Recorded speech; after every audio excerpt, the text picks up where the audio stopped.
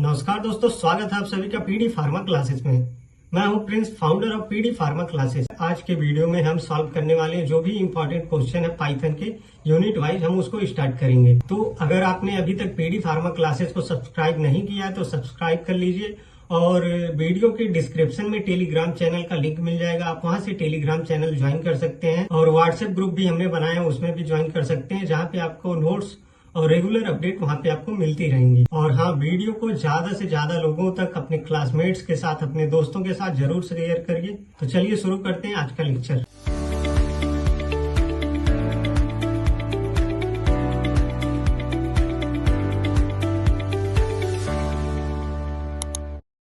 Two marks के question से हम शुरू करते हैं। पहला क्वेश्चन है, define Python variables and state the basic rule for naming them. यानी कि इसमें हमें डिफाइन करना वेरिएबल्स क्या होते हैं और जो वेरिएबल्स होते हैं उनके नेमिंग के लिए बेसिक रूल क्या क्या होता है। तो चलिए शुरू करते हैं। In Python a variable is a symbolic name that acts as a pointer or reference to an object stored in the computer's memory। जो वेरिएबल होता है एक सिंबॉलिक नेम की तरह, यानी एक सिंबल की तरह एक्ट करता है, जो जब हम किसी डाटा को देते हैं उसे, तो उसके माध्यम से स्टोर करके रखता है। जैसे कि हमने पाइथन को एक डाटा दिया, name is equal to Prince. हमने उसको बताया कि ये नाम है और इसका मतलब है प्रिंस। ये क्या करेगा, जब भी हम नाम डालेंगे तो हमें प्रिंस शो करेगा। तो ये कहलाता है हमारा variables. Then you assign a value to a variable using the operator is equal to, Python creates the value as an object in memory and links the variable name to it। जब हम कोई value assign करते हैं variable को operators का use करके, operators में जैसे हमारे plus, minus, is equal to, ये सारे आते हैं। तो जो पाइथन होता है एक वैल्यू क्रिएट कर देता है उस ऑब्जेक्ट के नाम से और उसी को उससे वेरिएबल से लिंक कर देता है। यही कहलाता है हमारा variable. Next point, basic rule for naming Python variable. इसमें हमें सिंपली बताना है कि जो वेरिएबल्स है उसके नेमिंग के लिए क्या क्या रूल लगते हैं, कौन कौन से रूल को फॉलो करने होते हैं। चलिए देखते हैं। If you break any of these rules your code will be throw a syntax error. और जो भी रूल्स इसमें दिए हुए हैं अगर उसको हम ब्रेक करते हैं, गलत करते हैं, तो हमारा एरर बता देगा। इसमें फर्स्ट पॉइंट हमारा allowed character use only letter a capital A to Z, small a to Z, digit 0 to 9 and underscore।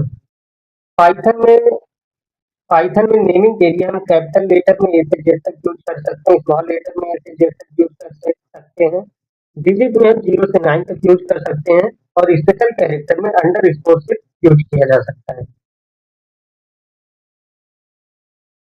No number at the starting. Next point है, a variable name cannot be begin with a number।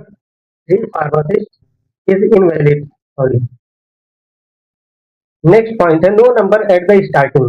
A variable name cannot begin with a number like 3 pharmacist is invalid but pharmacist underscore 3 is valid। तो हम जब भी Python को कोई command दे रहे होते हैं, कोई मेमोरी बनाने के लिए उसे दे रहे होते हैं, तो हम उसके स्टार्टिंग में नंबर का यूज नहीं कर सकते। अगर नंबर का यूज कर रहे हैं तो वो हमारा इनवैलिड हो जाएगा। जैसे एग्जाम्पल में हम देंगे तो 3 अंडरस्कोर फार्मासिस्ट हम दिए तो ये इनवैलिड हो जाएगा, लेकिन उसकी जगह हम फार्मासिस्ट अंडरस्कोर 3 करेंगे तो हमारा वैलिड लगेगा। नेक्स्ट पॉइंट है case sensitivity. Capitalization matters. Small letter में यूजर एज, फर्स्ट लेटर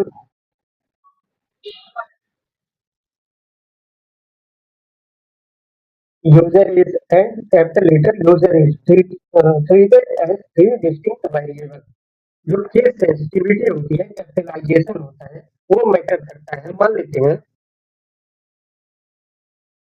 मान लेते हैं हम 3 डाटा दे रहे हैं कंप्यूटर को। पहला दे रहे हैं यूजर एज, फिर है दोनों के हम जो पहले वर्ड है वो कैपिटल कर दे रहे हैं यूजर एज, फिर हम पूरा कैपिटल लेटर में कर दे रहे हैं यूजर एज।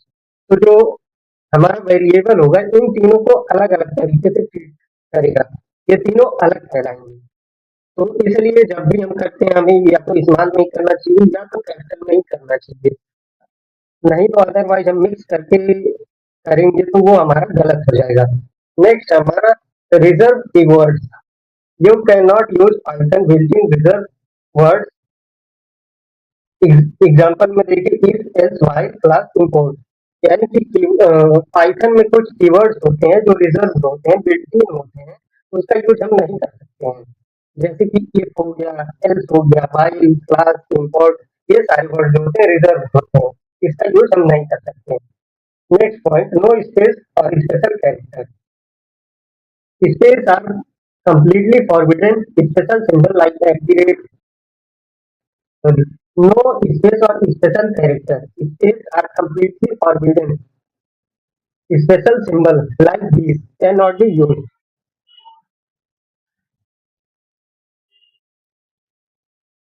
पाइथन में जो है स्पेस, पाइथन में स्पेस अलाउ ही नहीं है।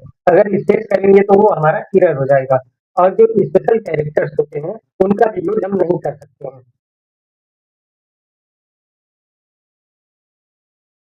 Question number 2, differentiate between integer, float and string data type with example. हमें इसमें बताना है इंटीजर क्या होता है, फ्लोट क्या होता है और स्ट्रिंग डाटा टाइप्स क्या होते हैं, इसके बीच का डिफरेंस और एग्जांपल के साथ इसको हमें बताना है। तो चलिए देखते हैं आंसर इसका। The primary difference is the integer, sorry, the primary difference is that integer represent whole number. जो इंटीजर होता है ये होल नंबर को रिप्रेजेंट करता है। Float represent number with decimal point. जो फ्लोट होता है ये नंबर को डेसिमल पॉइंट के साथ रिप्रेजेंट करता है। String representing textual data. जो स्ट्रिंग होता है ये टेक्सचुअल डाटा को रिप्रेजेंट करता है, यानी कि ये इन्वर्टेड कॉमा के अंदर टेक्स्ट होते हैं उसको रिप्रेजेंट करता है। While integer and float are numerical types used for calculation. और वहीं देखा जाए तो जो फ्लोट और इंटीजर्स होते हैं ये न्यूमेरिकल टाइप्स के डाटा होते हैं जो कैलकुलेशन के लिए यूज किए जाते हैं। लेकिन string is text type used for sequence. जो स्ट्रिंग होता है ये टेक्स्ट टाइप के डाटा के लिए यूज किया जाता है एक सीक्वेंस में अरेंज करने के लिए।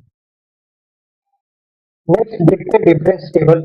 डिफरेंस टेबल में हमारा फीचर है, फीचर में पहला ही फीचर हमारा डाटा टाइप। इंटीजर देखा जाए तो न्यूमेरिक होता है और फ्लोट भी न्यूमेरिक होता है, और जो स्ट्रिंग होता है ये टेक्सुअल और सीक्वेंशियल होता है। फीचर्स, नेक्स्ट फीचर है डिस्क्रिप्शन। डिस्क्रिप्शन अगर देखा जाए तो डिस्क्रिप्शन इंटीजर का होल नंबर होता है विदाउट डेसिमल, और वही जो फ्लोट होता है वो फ्रैक्शनल नंबर होता है विद डेसिमल। और स्ट्रिंग जो होता है टेक्स्ट रैप्ड इन कोट्स, यानी कि जो टेक्स्ट होता है वो डबल या सिंगल इन्वर्टेड कॉमा के अंदर क्लोज होता है। एग्जांपल्स की बात करें तो जो इंटीजर होता है ये विदाउट डेसिमल ही होता है, चाहे पॉजिटिव हो, नेगेटिव हो या फिर जीरो हो। और सेम वैसे फ्लोट भी होता है, ये डेसिमल्स के साथ होता है, चाहे पॉजिटिव हो चाहे नेगेटिव हो या फिर जीरो ही होगा। और जो स्ट्रिंग होता है इसमें जो है जो डाटा होते हैं वो ब्रैकेट, सॉरी, जो डाटा होता है वो कॉमा के अंदर बंद रहता है। ऑपरेशंस की बात करें तो जो इंटीजर्स होता है वो एग्जैक्ट मैथमेटिकल कैलकुलेशन को करने में हेल्प करता है, और जो फ्लोट होता है ये प्रिसाइज फ्रैक्शनल कैलकुलेशन को करता है, यानी कि जो वैल्यू हमारी रहती है वो लीनियर अबाउट रहती है, पूरी वैल्यू प्योर नहीं रहती है। जैसे कि हमारा इसमें इंटीजर्स में एग्जैक्ट डाटा होता है, उसी तरह फ्लोट में प्रिसाइज वैल्यू होती है, यानी कि नियर अबाउट। और इसी में देखा जाए ऑपरेशन तो ये टेक्स्ट करने का काम करता है, जो दो अलग अलग टेक्स्ट होते हैं उनको कंबाइन करने का काम करता है। Question number 3, what is what is type casting. Give one example of implicit versus explicit type casting. तो इसमें सिंपली हमें बताना टाइप कास्टिंग क्या होता है, और जो एक्सप्लिसिट और एक्सप्लिसिट टाइप कास्टिंग होते हैं उनके एग्जांपल भी बताने हैं। चलिए देखते हैं इसको। Typecasting is the process of converting a variable or value from one data type to another, such as changing an integer into a floating point number. जो टाइप कास्टिंग होता है एक प्रकार से ऐसे कह सकते हैं कि जो वेरिएबल्स होता है उनकी वैल्यू को कन्वर्ट करने का काम करता है। अगर एक डाटा टाइप है तो उसको दूसरे डाटा टाइप में चेंज करेगा, वही कहलाएगा हमारा टाइप कास्टिंग। जैसे कि हम इंटीजर को फ्लोटिंग पॉइंट नंबर में चेंज कर रहे हैं तो ये हमारा टाइप कास्टिंग कहलाएगा। Next point, implicit casting happens automatically by the programming language, whereas explicit casting requires manual instruction from the programmer. तो implicit होता है हमारा ये ऑटोमेटिकली ही वर्क करता है, इसमें किसी भी पर्सन की ज़रूरत नहीं होती है, किसी यूज़र की ज़रूरत नहीं होता है। ये अपने आप जो है प्रोग्राम को परफ़ॉर्म करता है। लेकिन जो हमारा स्क्रिप्ट होता है, इसमें हमें प्रोग्रामर की ज़रूरत होती है, इसको इंस्ट्रक्शन देने पड़ते हैं और तब ये वर्क करता है। थोड़ा डिटेल में देखते हैं implicit typecasting done automatically by the compiler and interpreter without user intervention. तो जैसा कि मैंने बताया जो इम्प्लीट होता है ये ऑटोमेटिक ही काम को करता है। It converts a smaller data type to a larger data type safely to prevent data loss.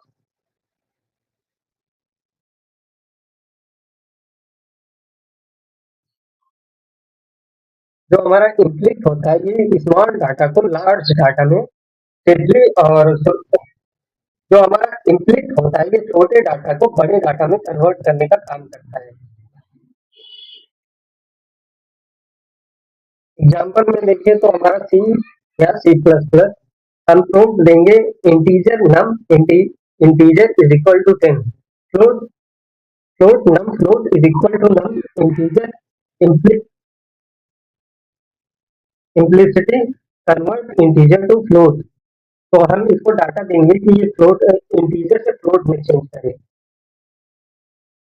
तो जब हम इसको डाटा देंगे चेंज करने के लिए तो क्योंकि इंटीजर जो हमारा है वो विदाउट डेसिमल होता है और जो फ्लोट होता है हमारा वो डेसिमल में होता है, तो इसको जो है फ्लोट में कन्वर्ट कर देगा, डेसिमल में कन्वर्ट कर देगा, जैसा आप यहाँ पे देख सकते हैं। अब एक्सप्लिट की बात करें तो एक्सप्लिट जो होता है ये मैन्युअली होता है, इसको ऑपरेटर्स की जरूरत होती है, इसको ऑपरेट करने के लिए प्रोग्रामर की जरूरत होती है जो इंस्ट्रक्शन को यूज करके उसको कमांड देता है, उसके बाद ये वर्क करता है। It forces a conversion. It forces a conversion which is often required when moving larger data types to a smaller one. इसका यूज हम तब करते हैं जब किसी बड़े डाटा को छोटे डाटा में कन्वर्ट करना होता है, तब इसका यूज किया जाता है।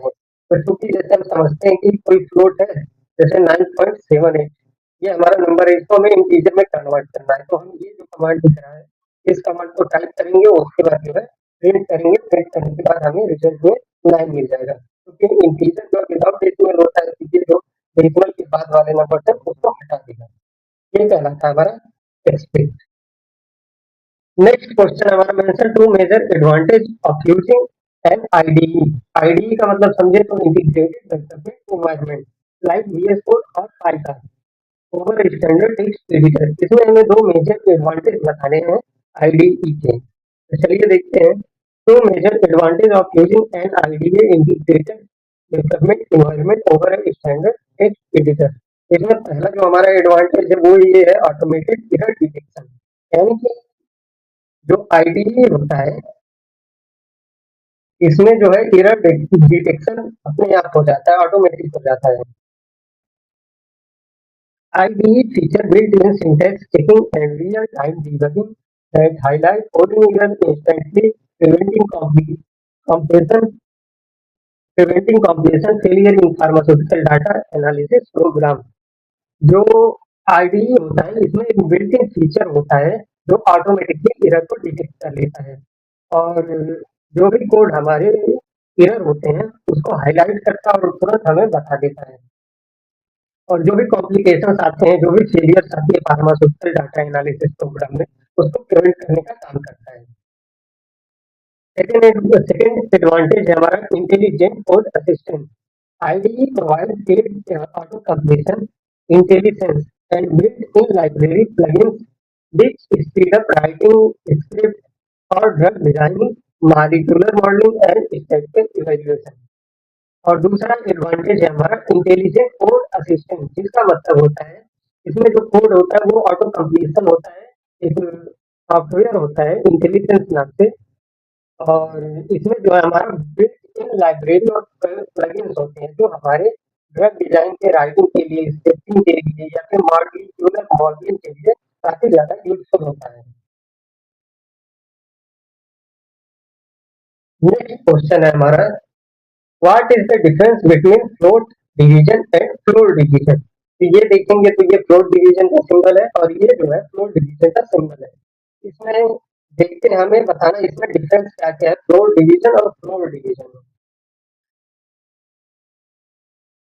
The main difference is that the operator performs float division and return a decimal result, so exact value of mathematical quotient. While the operator performs float division and round the result down to the nearest whole number. जो हमारा float division होता है ये हमें exact value को show करता है जो भी हमारे मैथमेटिकल क्वांटिटेंट होते हैं इक्वेशंस होते हैं उनके उनके एग्जैक्ट वैल्यू को शो करता है लेकिन जो हमारा फ्लोट डिवीजन होता है ये राउंड अप करके शो करता है यानी कि वो नियर अबाउट वैल्यू को शो करता है मान लेते हैं जैसे कि कोई हम अगर थ्री से हम 10 को डिवाइड कर रहे हैं ठीक तो जो हमारा आएगा वो पॉइंट में आएगा डेसिमल में आएगा तो ये जो हमारा फ्लोट डिवीजन है ये एग्जैक्ट वैल्यू को शो करेगा जो भी पॉइंट में आएगा उसे शो करेगा लेकिन जो हमारा फ्लोट डिवीजन है ये पॉइंट को ना शो करके जितना हमारा जैसे हम कर रहे हैं अगर डिवाइड कर रहे हैं 3 सेकेंड को तो कितना होगा 3 3 9 तो ये हमें 9 शो करेगा पॉइंट के बाद वाली जो वैल्यू होगी उसे नहीं शो करेगा एग्जाम्पल से समझते हैं फ्लोट का पहला पॉजिटिव एग्जाम्पल जो दिया हुआ है 7/2 इज इक्वल टू 3.5 जब हम इसको डिवाइड करेंगे सॉल्व करेंगे तो हमारा पॉइंट में आंसर आएगा ये हमारा एग्जैक्ट वैल्यू है और इसी तरह से नेगेटिव में भी एग्जैक्ट वैल्यू आएगा पर अगर हम फ्लोर डिवीजन को देखें तो इसका जो पॉजिटिव है वो अगर देखेंगे तो ये हमारा नियर अबाउट आएगा यहाँ पे कितना आना चाहिए 3.5 पर ये हमारा 3 दिखा रहा है नेगेटिव में बात करें तो उसी तरह नेगेटिव में भी है इससे जो है एक नंबर बढ़ा के हमारा दिखाएगा ये कहलाता है ये डिफरेंस था हमारा फ्लोट एंड फ्लोट डिवीजन का अब हम स्टार्ट करेंगे 7 मार्क्स के क्वेश्चन पहला क्वेश्चन देखते हैं explain the installation and working environment of Python using Jupyter notebook और VS कोड इसमें हमें पाइथन के इंस्टॉलिंग के बारे में बताना है कैसे हम इंस्टॉल करेंगे और उसकी वर्किंग कैसे होती है और जुपिटर नोटबुक और VS कोड का कैसे कैसे पाइथन में यूज किया जाता है तो चलिए शुरू करते हैं Python is a high level interpreted and user-friendly program language widely used in data science, artificial intelligence, web development, and pharmaceutical sciences. To write and execute Python programs as suitable working environment such as Jupyter Notebook और Visual Studio Code is required.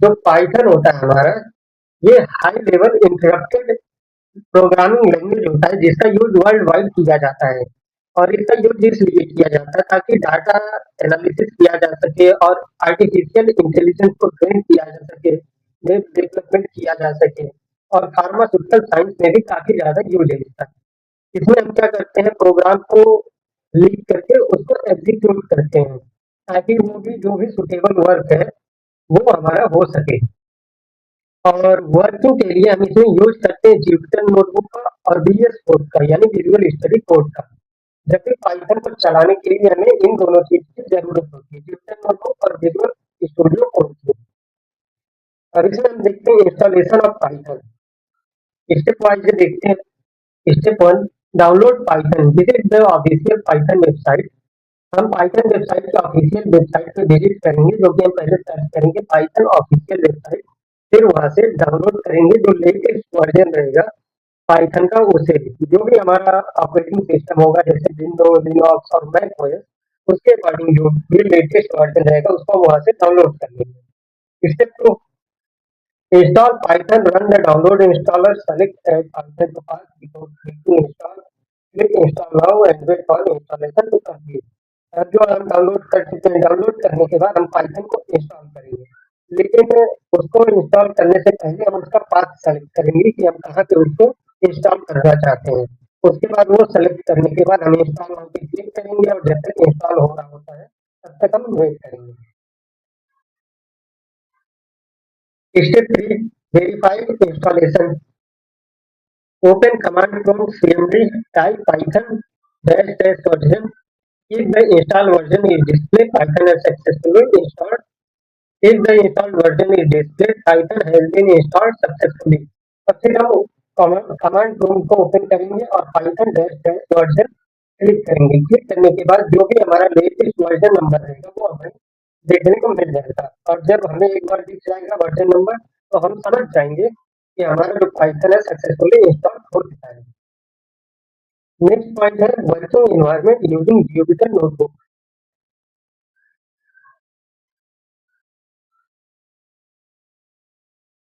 इसमें पहला point है हमारा installation of Jupyter notebook.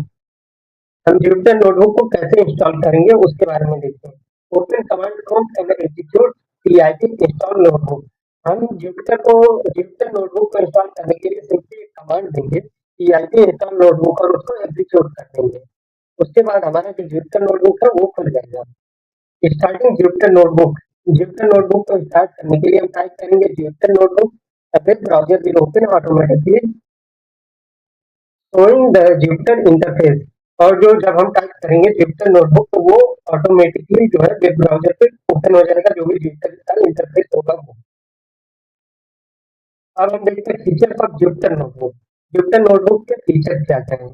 Interactive coding environment. जो coding environment होता है वो interactive होता है। Code and output appear in the same document. जो कोड होते हैं और जो आउटपुट मिलता है यानी कि जो इनपुट देते हैं और आउटपुट जो मिलता है वो सेम सरफेस पे होते हैं, सेम डॉक्यूमेंट में हमें देखने को मिल जाता है। Support text image tables and graph. ये टेक्स्ट को इमेज को और टेबल्स और ग्राफ को भी सपोर्ट करता है। Useful for learning data analysis and scientific computing. इसका बहुत ज्यादा यूज है साइंटिफिक कंप्यूटिंग और डाटा एनालिसिस और चीजों को सीखने के लिए काफी ज्यादा यूज किया जाता है।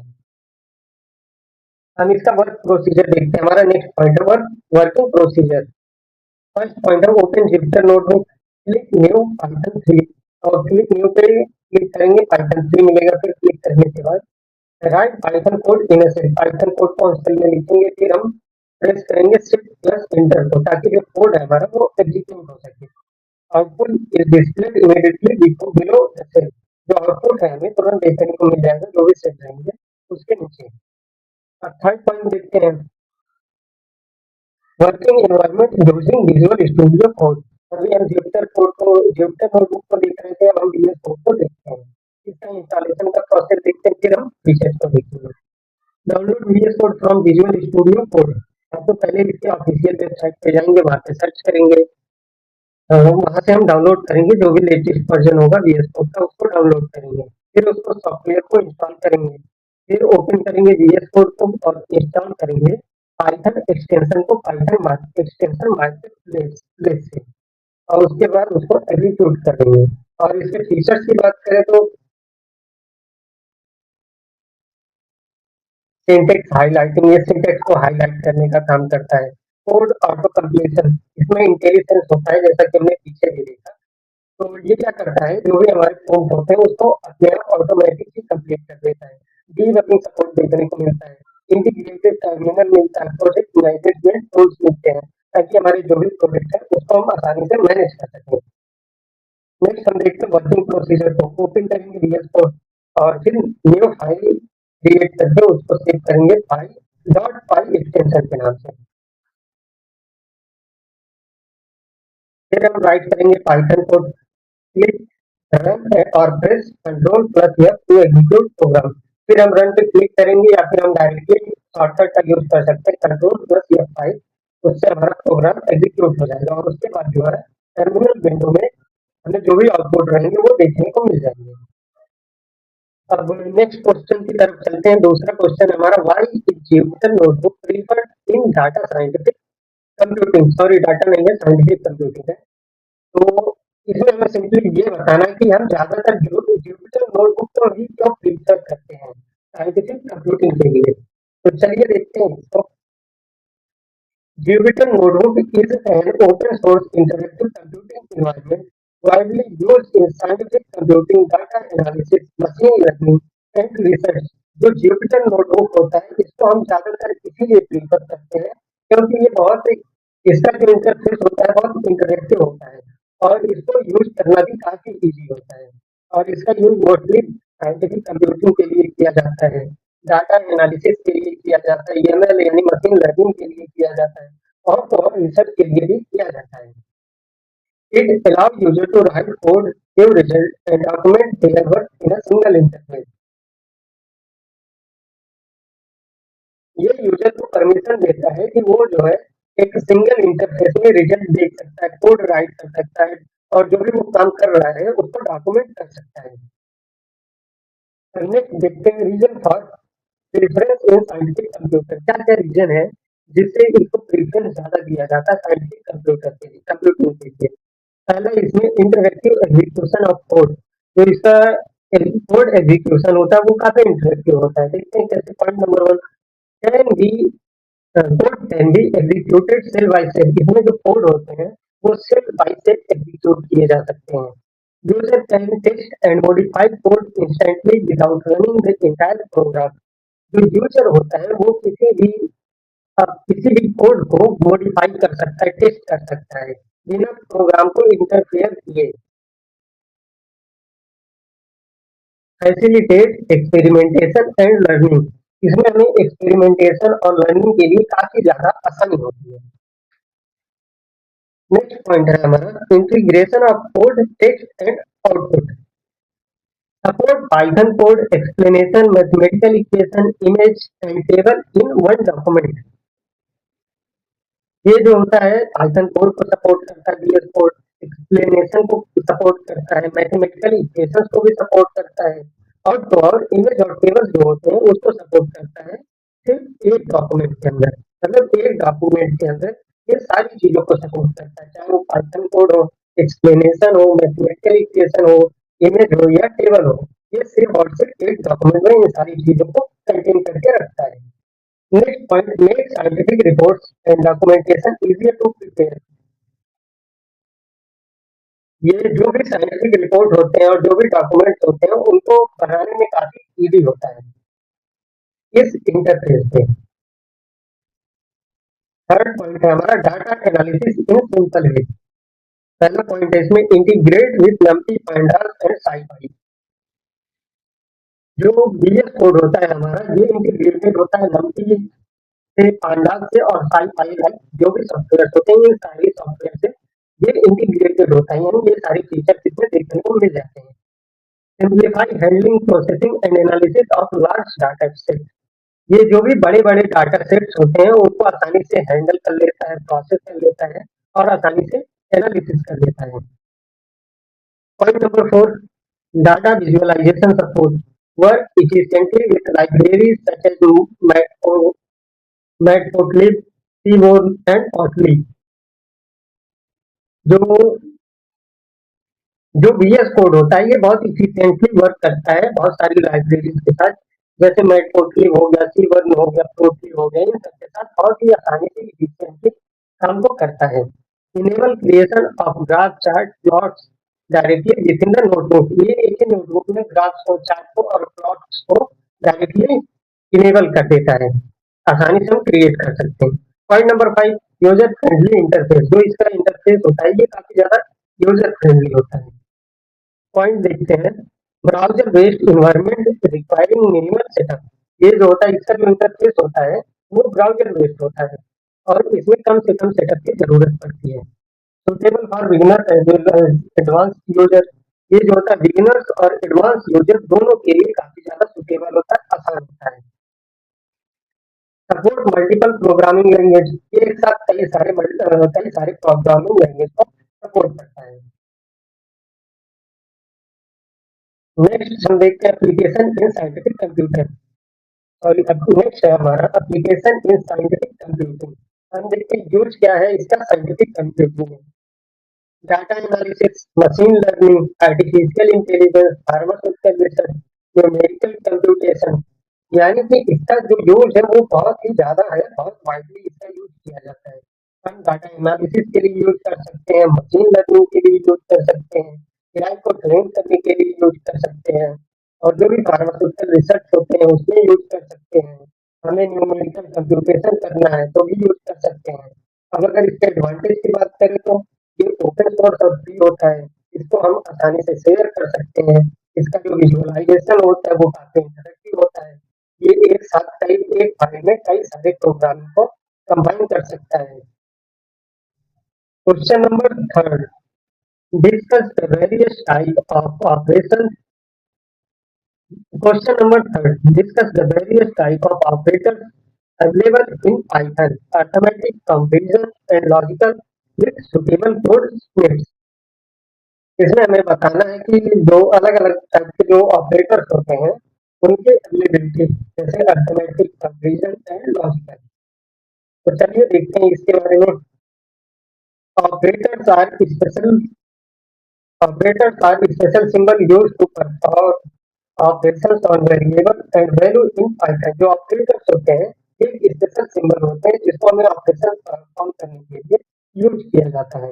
They are essential for mathematical calculation, comparison and decision making in program. ये बहुत ज्यादा जरूरी होते हैं जो भी मैथमेटिकल कैलकुलेशन होते हैं या कंपैरिजन करना होता है या फिर हमें कोई डिसीजन बनाना होता है उसके लिए। तो पहला ये हमारा अरिथमेटिक ऑपरेटर। देखते हैं क्या होता है। Arithmetic operators are used to perform mathematical calculation. जो अरिथमेटिक ऑपरेटर्स होते हैं इनका यूज किया जाता है मैथमेटिकल कैलकुलेशन को करने के लिए। इसके ऑपरेटर्स देखें तो ये सारे जो है ये इसके ऑपरेटर्स हैं और ये डिस्क्रिप्शन है जैसे addition, subtraction, multiplication, division, modulus, load division, exponentiation. और इसका एग्जांपल अगर हम देखें तो जैसे हमारा है कोड एग्जांपल है हमारा a is equal to 3, b is equal to sorry a is equal to 10, b is equal to 8। अब जो हम प्रिंट देते हैं print addition a plus b, तो ये हमें ऐड करके दे देगा। 10 और 3 को ऐड करेगा तो 13 हो जाएगा। सेम उसी तरह कमांड देंगे सब्ट्रैक्शन का 7 हो जाएगा, मल्टीप्लिकेशन का 30 हो जाएगा। तो इस तरह से ये हमारा ऑटोमेटिक वर्क करता है। नेक्स्ट देखें तो हम इसमें सेकंड है हमारा कंपैरिजन या relational operator. Comparison operators compare two value and return either true और फॉल्स। जो कंपैरिजन ऑपरेटर्स होता है ये दो वैल्यू को कंपेयर करता है और उसके बाद हमें बताता है कि वो डाटा हमारा ट्रू है या फॉल्स है, सही है कि गलत है। इसमें अगर ऑपरेटर्स देखें तो इसमें होता है is equal to, not is equal to, greater than, less than, greater than और is equal to, less than और इज इक्वल टू। एग्जांपल से हम अगर एग्जांपल में देखें तो सेम इसी तरह है। एग्जांपल में हमें देखने को मिल जाएगा 10 is equal to sorry a is equal to 10, b is equal to 5। हम कमांड देंगे print a is equal to b, तो क्योंकि a is equal to b नहीं है, 10 और 5 दोनों में डिफरेंस है 5 पॉइंट का, तो ये फॉल्स हो जाएगा। फिर हम करते हैं print a is not equal to b, तो हमारा ट्रू हो जाएगा क्योंकि ये दोनों बराबर है नहीं। उसी तरह मोर देन, लेस देन, ये सारी चीजें हमें यहाँ पे देखने को मिल जाएगी।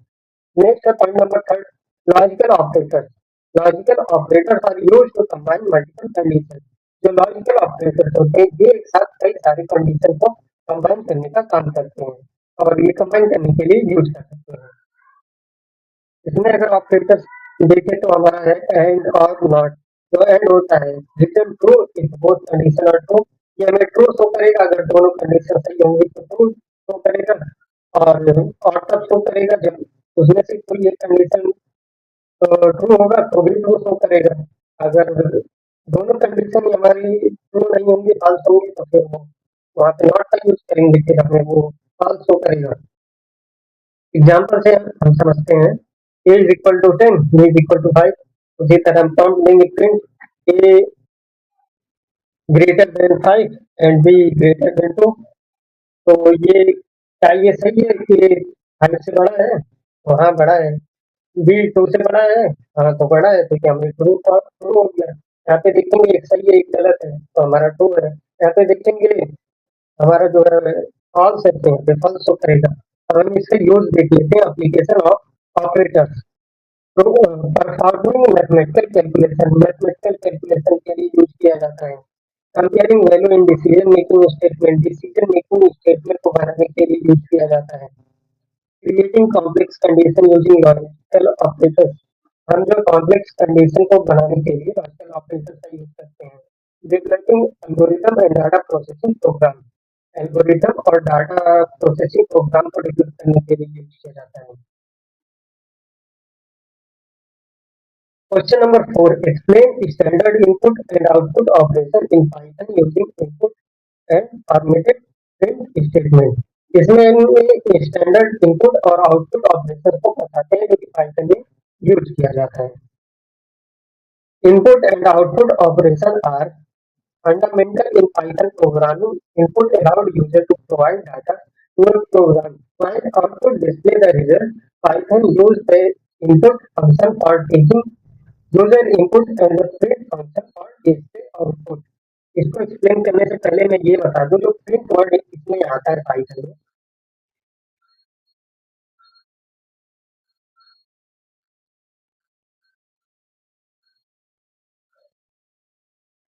इसका यूज किसी चीज को प्रिंट करने के लिए नहीं किया जाता है, बल्कि इसका जो यूज है एक प्रकार से हम कमांड देने के लिए करते हैं। अब हम सिंपली समझते हैं इनपुट क्या होता है, आउटपुट क्या होता है। तो जो इनपुट होता है कि इसको यूजर जो है यूजर के द्वारा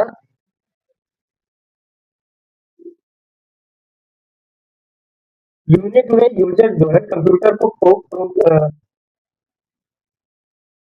इनपुट में यूजर जो है कंप्यूटर को एक डाटा प्रोवाइड करता है, उसके बाद जो है कंप्यूटर हमें आउटपुट जो है इंटरफेस पे शो करता है। जैसे कि हम गूगल पे सर्च किए कि इमेज ऑफ विराट कोहली, तो हमें वहाँ पे विराट कोहली का इमेज देखने को मिल जाएगा। जो हम टाइप किए इमेज ऑफ विराट कोहली, तो ये जो था हमारा ये इनपुट था, और उसके बाद जो विराट कोहली का इमेज देखने को मिला हमें वो हमारा आउटपुट हो गया। तो यही कहलाता है इनपुट और आउटपुट। अब हम देखते हैं इसमें पहला point, input operation using input bracket. The input bracket function is used to accept data from the user. So the keyboard it return the entered value as a string. जो input होता है इसका यूज हम तब करते हैं किसी भी डाटा को एक्सेप्ट करने के लिए। जो डाटा कीबोर्ड के द्वारा यूजर देता है वही हमारा इनपुट कहलाता है। जैसे सिंटैक्स में हम कोई चीज इनपुट दे रहे हैं, name is equal to input print, उसके बाद हम करते हैं प्रिंट हेलो प्रिंट, तो हमें आउटपुट में हेलो प्रिंट देखने को मिल जाएगा। Point number 2, output operation using print. The print bracket function is used to display information on the screen. जैसा कि मैंने बताया जो प्रिंट है वो किसी भी फंक्शन को हमें दिखाने के लिए, डिस्प्ले करने के लिए यूज किया जाता है स्क्रीन पे, ना कि किसी चीज को प्रिंट करने के लिए। उसी तरह से इसका सिंटैक्स देखें तो print object one object two bracket.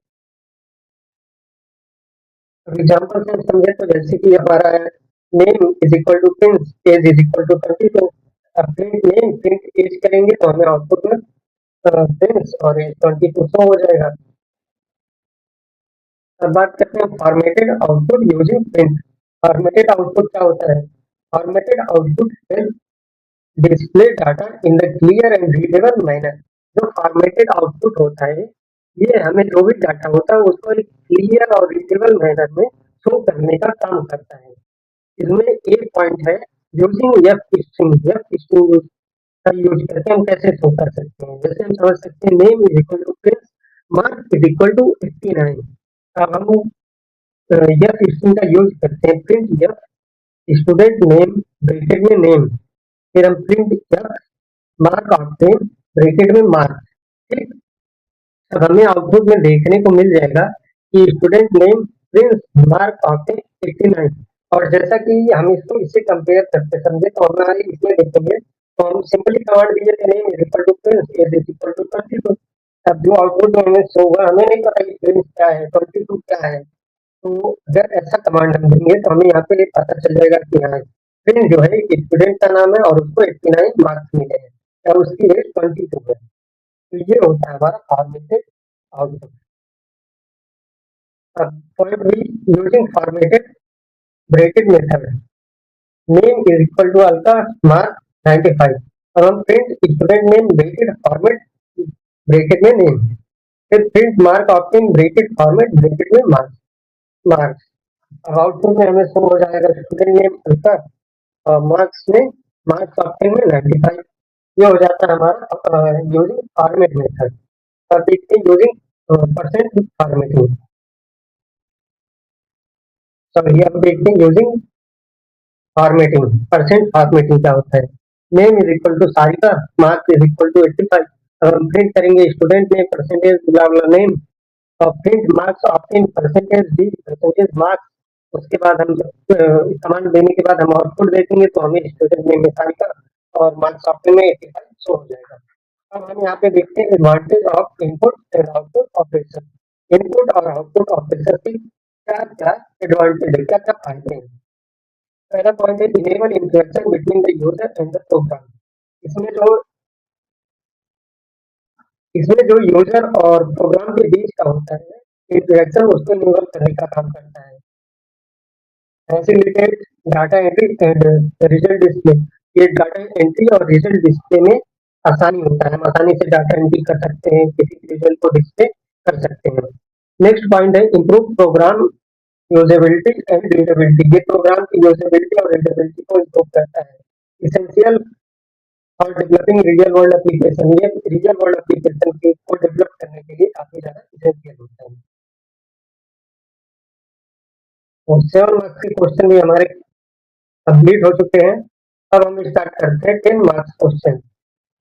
Question number 1, give a detail overview of Python as a programming tool in pharmacy. Explain data types, variable, declaration, type casting, mechanism and package management, PIP install, PIP install. इसका answer देखते हैं। Python is a high-level, interrupted, and user-friendly programming language widely used in pharmaceutical sciences. It helps pharmacists, researchers, and students perform data analysis, automate calculation, manage drug databases, conduct bioinformative research, and apply AI in healthcare. जो Python होता है ये high level interrupted user friendly programming language होता है, जिसका बहुत ज्यादा use किया जाता है फार्मास्यूटिकल साइंस में। ये क्या करता है, जो फार्मासिस्ट होते हैं, रिसर्चर होते हैं या स्टूडेंट होते हैं, उनकी बहुत ज्यादा हेल्प करता है ताकि वो आसानी से डाटा एनालिसिस कर सके, कैलकुलेशन को ऑटोमेटिक कर सके और जो भी ड्रग का डाटा बेसिस है उसको मैनेज कर सके। और बायो इन्फॉर्मेटिक्स रिसर्च और एआई इन हेल्थ केयर में काफी ज्यादा यूज है इसका। इसमें जो पहला पॉइंट है Python as a programming tool, इसको हम समझते हैं। फार्मेसी में पाइथन प्रोग्रामिंग टूल की तरह कैसे यूज कर सकते हैं। Python has many application in pharmaceutical field. Python का बहुत सारा यूज है हमारे फार्मास्यूटिकल फील्ड में।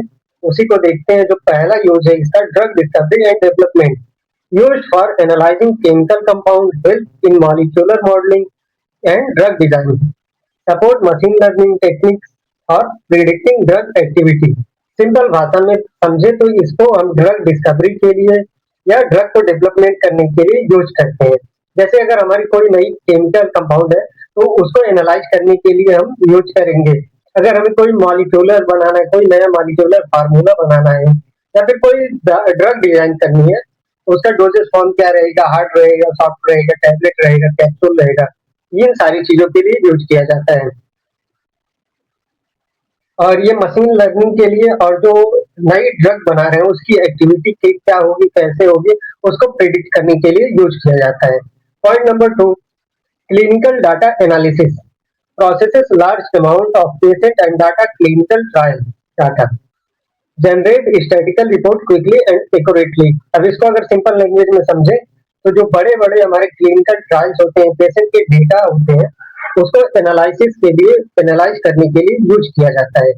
अब हम ऐसे समझे, क्लिनिकल ट्रायल जो वर्ड है इसका मतलब होता है कि किसी भी प्रोडक्ट को मार्केटिंग करने से पहले, मार्केट में लाने से पहले हम उसका क्लिनिकल ट्रायल करते हैं, जानवरों पे ट्रायल करते हैं, उसके बाद जो है उसको मार्केट में लाते हैं।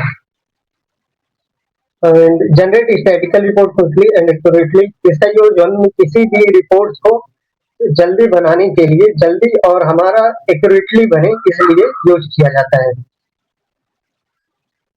Use number 3, bio informatics, use for DNA, RNA and protein sequence analysis, help understand disease mechanism and target and drug targets. अब इसका यूज जो होता है, जो डीएनए होता है, जो ऐसे ऐसे शेप का होता है डीएनए, आरएनए, और जो प्रोटीन होता है, इसके जो वो होते हैं, पॉइंट्स होते हैं, डॉट्स होते हैं, उसके एनालिसिस के लिए यूज किया जाता है ताकि हम एक सीक्वेंस में वो डीएनए पे जो कोड है उसको स्टडी कर सके। और ये जो भी डिजीज होते हैं उसका मैकेनिज्म, वो वर्क ऑफ एक्शन क्या होता है डिजीज का, उसके बारे में समझने में हमें आसानी होती है इससे। Use number 4, hospital and pharmacy management, maintain patient record, manage inventory and medicine stock, generate bill and reports automatically. Hospital और फार्मेसी में भी काफी ज्यादा यूज होता है। हमें किसी पेशेंट को रिकॉर्ड को मेंटेन करना है, या फिर जो हमारी इन्वेंट्री है, स्टॉक है मेडिसिन की, उसको मैनेज करना है, चाहे बिल जनरेट करना हो या रिपोर्ट जनरेट करना हो, इन सारी चीजों में काफी ज्यादा हेल्प करता है हमारा Python. Use number 5, research and artificial intelligence, used in AI based disease prediction system, support daily visualization and scientific computing. इसका काफी ज्यादा यूज किया जाता है। जो पेशेंट का डिजीज है उसपे उसको प्रेडिक्ट किया जा सके, अगर ये दिक्कत हो रही पेशेंट को तो क्या डिजीज होगी और किस किस चीज का खतरा हो सकता है, और जो भी डाटा होते हैं उसको विजुअलाइज करने के लिए, कंप्यूटिंग के लिए भी काफी ज्यादा यूज किया जाता है। अब हम देखते हैं advantage of Python in pharmacy. Advantage क्या क्या है पाइथन का फार्मेसी में? Easy to learn and use, हम आसानी से इसको सीख सकते हैं, इसका यूज कर सकते हैं, और ये ओपन सोर्स होता है, फ्री होता है, और इसमें जो है लार्ज कलेक्शन ऑफ लाइब्रेरीज होती हैं, मतलब लाइब्रेरी की काफी ज्यादा कलेक्शंस मिल जाती हैं। प्लेटफॉर्म इंडिपेंडेंट, जो प्लेटफॉर्म होता है ये इंडिपेंडेंट होता है। Support automation and data analysis, ये ऑटोमेशन टूल्स और डाटा एनालिसिस को सपोर्ट करता है। अब नेक्स्ट हम देखते हैं, next heading, data types in Python. Python में कौन कौन से डाटा टाइप्स होते हैं? A data type specify the kind of value stored in variable। जो डाटा टाइप होता है इसका मतलब ये होता है कि ये एक अलग अलग प्रकार के वैल्यू को वेरिएबल में स्टोर करके रख सकता है। पहला है हमारा इंटीजर। इंटीजर जो कि हमने प्रीवियस लेक्चर में, सॉरी, जो कि हमने प्रीवियस क्वेश्चन में पढ़ चुका है हमने डाटा टाइप्स में, और इन सब पे आपको डिटेल लेक्चर भी मिल जाएगा जिसका प्लेलिस्ट मैंने बनाया, आप प्लेलिस्ट वाले सेक्शन पे जाके वहां से देख सकते हैं। तो इसमें पहला इंटीजर, इंटीजर को आईएनटी से डिनोट करते हैं। इट स्टोर होल नंबर, ये होल नंबर को स्टोर करता है। होल नंबर, इंटीजर्स में जो होल नंबर होते हैं ये विदाउट डेसिमल होते हैं, like age is equal to 20, output हमें 20 देखने को मिल गया।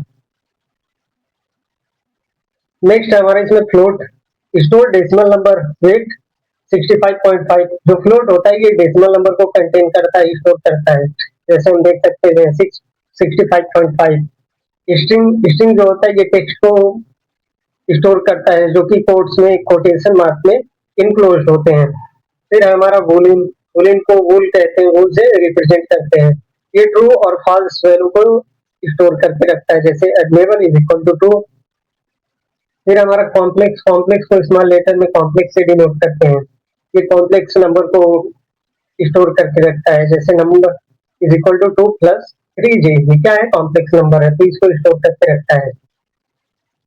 Point number 3, variable declaration in Python. Variable declaration क्या होता है पाइथन में, इसके बारे में देखते हैं। A variable is a named memory used to store data। जो वेरिएबल होता है एक मेमोरी का नाम होता है जो डाटा को स्टोर करके रखता है। जैसे कि सिंटेक्स में हम देखें वेरिएबल, अगर हम सिंटेक्स में देखें तो variable underscore name is equal to value, हम जो भी वेरिएबल का नेम डालेंगे इज इक्वल टू वैल्यू कर देंगे तो हमें उसकी वैल्यू देखने को मिल जाएगी। जैसे drug underscore name ibuprofen, price is equal to 50, तो जब भी हम ड्रग नेम में आइबुप्रोफेन डालेंगे तो हमें उसके प्राइस देखने को मिल जाएगी। अब हम देखते हैं रूल्स फॉर नेमिंग वेरिएबल्स। अभी पिछले क्वेश्चन में हमने इसके बारे में देखा था कि इसको हम कैपिटल लेटर ए से जेड तक और स्मॉल लेटर ए से जेड तक, नंबर में 0 से 9 तक और अंडर स्कोर से स्टार्ट कर सकते हैं। लेकिन हाँ, हम केवल लेटर और अंडर स्कोर से इसका यूज कर सकते हैं स्टार्टिंग के लिए, ना कि नंबर का यूज करते हैं। अगर हम नंबर का यूज करते हैं तो हमारा गलत हो जाएगा। जैसा कि आप देख सकते हैं, can not start with number, हम नंबर से स्टार्ट नहीं कर सकते हैं। कैन नॉट कंटेन स्पेसेस, इसमें हम स्पेस का यूज नहीं कर सकते हैं। Python keywords can not be used, कुछ रिजर्व कीवर्ड्स होते हैं उनका यूज नहीं कर सकते हैं। नेक्स्ट है वैलिड वेरिएबल्स। वैलिड वेरिएबल्स में देखते हैं क्या होता है। Student underscore name is equal to Rahul, underscore mark is equal to 95, तो ये हमारे वेरिएबल्स जो है वैलिड है। इनवैलिड वेरिएबल्स में टू नेम, क्योंकि जो है हमने नेमिंग रूल में पढ़ा है कि हम किसी नंबर से स्टार्ट नहीं कर सकते हैं, तो ये हमारा इनवैलिड हो जाएगा। माई स्पेस नेम, तो स्पेस का भी यूज नहीं कर सकते, ये भी हमारा इनवैलिड हो जाएगा। अब हम देखते हैं मल्टीपल मल्टीपल वेरिएबल असाइनमेंट। ये क्या होता है? तो हम एक साथ कई सारे असाइनमेंट कर सकते हैं, जैसे कि हम एक लाइन से बोले a is equal to 10, b is equal to 20, c is equal to 30। तो ये अलग अलग करने के बजाय हम कॉमा लगा के हम ऐसे कर सकते हैं, a comma b comma c is equal to 10, 20 comma 30 comma 40 और इधर से के बाद कॉमा d कर देंगे। तो वो जब हम नेक्स्ट टाइम से देखेंगे a करेंगे तो a इज इक्वल टू 10 दिखा देगा, और a कामा b करेंगे तो 10 कामा 20 दिखा देगा। तो ये कहलाता है हमारा multiple variable assignment. Next point है हमारा 4, types of type casting. Type of type casting क्या होता है? तो ये दो टाइप्स के होते हैं, इम्प्लिसिट टाइप कास्टिंग और एक्सप्लिसिट टाइप कास्टिंग, जिसके बारे में हमने डिटेल में पिछले क्वेश्चन में पढ़ चुका है। Performed automatically by the Python. इसको ये जो पाइथन होता है ये ऑटोमेटिकली इसको परफॉर्म करता है, इसमें किसी यूजर की जरूरत नहीं होती है। Python automatically convert integer to float. ये इंटीजर्स को फ्लोट में ऑटोमेटिकली कन्वर्ट कर देता है। और उसी तरह एक्सप्लिट को हमने देखा था। एक्सप्लिट जो होता है इसको हमें कमांड देने की जरूरत होती है। इसमें कोई यूजर होता है, वो फंक्शन वो इंस्ट्रक्शन देता है और उसी के अकॉर्डिंग ये मैन्युअली उस चीज को परफॉर्म करता है। जैसे इंटीजर को हम कन्वर्ट कर रहे हैं फ्लोट में, फ्लोट को हम कन्वर्ट कर रहे हैं स्ट्रिंग में, ये सारी चीजें इसमें अवेलेबल रहती है। इसको डिटेल में है, नोट्स में आप लोग देख लीजिएगा, बाकी हमने पिछले क्वेश्चन में इसको एक्सप्लेन कर दिया है। Common type casting function. Common types क्या है टाइप कास्टिंग के, उसको देखते हैं। तो फंक्शन में इंटीजर जो कन्वर्ट करता है, इंटीजर में कन्वर्ट करना होता है तब आईएनटी ब्रैकेट का यूज करते हैं, फ्लोट का यूज करते हैं जब फ्लोट में कन्वर्ट करना होता है, स्ट्रिंग का यूज करते हैं जब स्ट्रिंग में कन्वर्ट करना होता है, बूल का यूज करते हैं जब बूलियन में कन्वर्ट करना होता है। अब जो सबसे लास्ट और इम्पोर्टेंट है इस क्वेश्चन में वो है हमारा point number 5, package management in Python. Package management क्या है पाइथन, वो देखते हैं। A package is a collection of Python modules that provide additional functionality। जो पैकेज होता है ये पाइथन का एक कलेक्शन मॉड्यूल्स होता है जो फंक्शनैलिटी को प्रोवाइड कराता है। Python use PIP to install and manage package. जो पाइथन होता है ये पाइथन पैकेज इंस्टॉलर का यूज करके किसी भी पैकेज को इंस्टॉल करता है और उसे मैनेज करता है। सिंपली पैकेज को इंस्टॉल करने के लिए क्या करना पड़ता है, तो उसके लिए एक कमांड देना पड़ता है। जो भी हमें इंस्टॉल करना है उसके लिए हम करेंगे PIP इंस्टॉल और पैकेज का नेम डाल देंगे। एग्जांपल में देखा तो PIP इंस्टॉल नमपी, हमें नमपी इंस्टॉल करना है नमपी डाल देंगे, पांडास इंस्टॉल करना रहेगा पांडास डाल देंगे। तो इसको कमांड देने के बाद install the numpy package for numerical calculation. Numerical calculation के लिए नमपी हमारा डाउनलोड हो जाएगा। उसी तरह पैंडास जो है उसको हम इसी तरह कमांड दे देंगे तो वो डाउनलोड हो जाएगा डाटा एनालिसिस और डाटा हैंडलिंग के लिए। अब देखते हैं इंस्टॉल पैकेज। पैकेज को इंस्टॉल करना हो तो क्या करेंगे, तो सेम वैसे ही कोड देंगे, बस इंस्टॉल की जगह इंस्टॉल और पैकेज का नेम डाल देंगे। तो मान लेते हैं हमें कि नमपी को इंस्टॉल करना है तो उसमें इंस्टॉल की जगह PIP इंस्टॉल नमपी कर देंगे। और उसके बाद Python ask for confirmation before removing the package. Python जो है आपसे एक बार कंफर्म करेगा कि आप इसको रिमूव करना चाहते हैं कि नहीं। जब आप कंफर्म कर देंगे तो वो रिमूव कर देगा। नेक्स्ट है checking install package PIP list. तो हम जो है इंस्टॉल हमारे पास कौन कौन से पैकेज इंस्टॉल है उसको चेक करने के लिए हम PIP लिस्ट कमांड देंगे तो हमें जितने भी इंस्टॉल्ड पैकेज होंगे वो हमें शो होने लग जाएंगे। Next point checking package information. Package की इंफॉर्मेशन चेक करने के लिए हम PIP शो और उसके बाद जो भी हमारा पैकेज नेम होता है वो डालते हैं। मान लेते हैं हमें पांडास के बारे में उसके इंफॉर्मेशन उसके डिटेल्स चाहिए तो PIP शो पांडास हमने डाला, हमें देखने को मिल जाएगा पैकेज का डिटेल, उसका वर्जन, उसका लोकेशन, ये सारी चीजें देखने को मिल जाएगी। नेक्स्ट पॉइंट अपग्रेडिंग ए पैकेज। हम किसी पैकेज को कैसे अपग्रेड कर सकते हैं, तो अपग्रेड करने के लिए simply PIP install -s upgrade pandas. तो वो जो हमारा रहेगा वो अपडेट हो जाएगा, जो लेटेस्ट वर्जन होगा वो हमें देखने को मिल जाएगा। और इसी के साथ यूनिट 1 के जो भी इम्पोर्टेंट क्वेश्चन है वो यहीं पे खत्म होते हैं। अगर आपको वीडियो इंफॉर्मेटिव और ऑथेंटिक लगी हो तो चैनल को सब्सक्राइब करें, वीडियो को लाइक करें। और हाँ, हम इस वीडियो पे एम करते हैं 100 लाइक्स थे और 100 सब्सक्राइबर्स थे। अब जब भी हमारे 100 सब्सक्राइबर पूरे हो जाएंगे, उसके बाद हम सेकेंड यूनिट का इम्पोर्टेंट क्वेश्चन आंसर अपलोड कर देंगे। तो ज़्यादा से ज़्यादा इस वीडियो को अपने दोस्तों के साथ शेयर करिए और कोई भी पॉइंट अगर आपको नहीं समझ में आई है तो कमेंट में ज़रूर पूछिए और वीडियो अच्छी लगी तो लाइक करिए। मिलते हैं हम नेक्स्ट वीडियो में, तब तक के लिए बाय।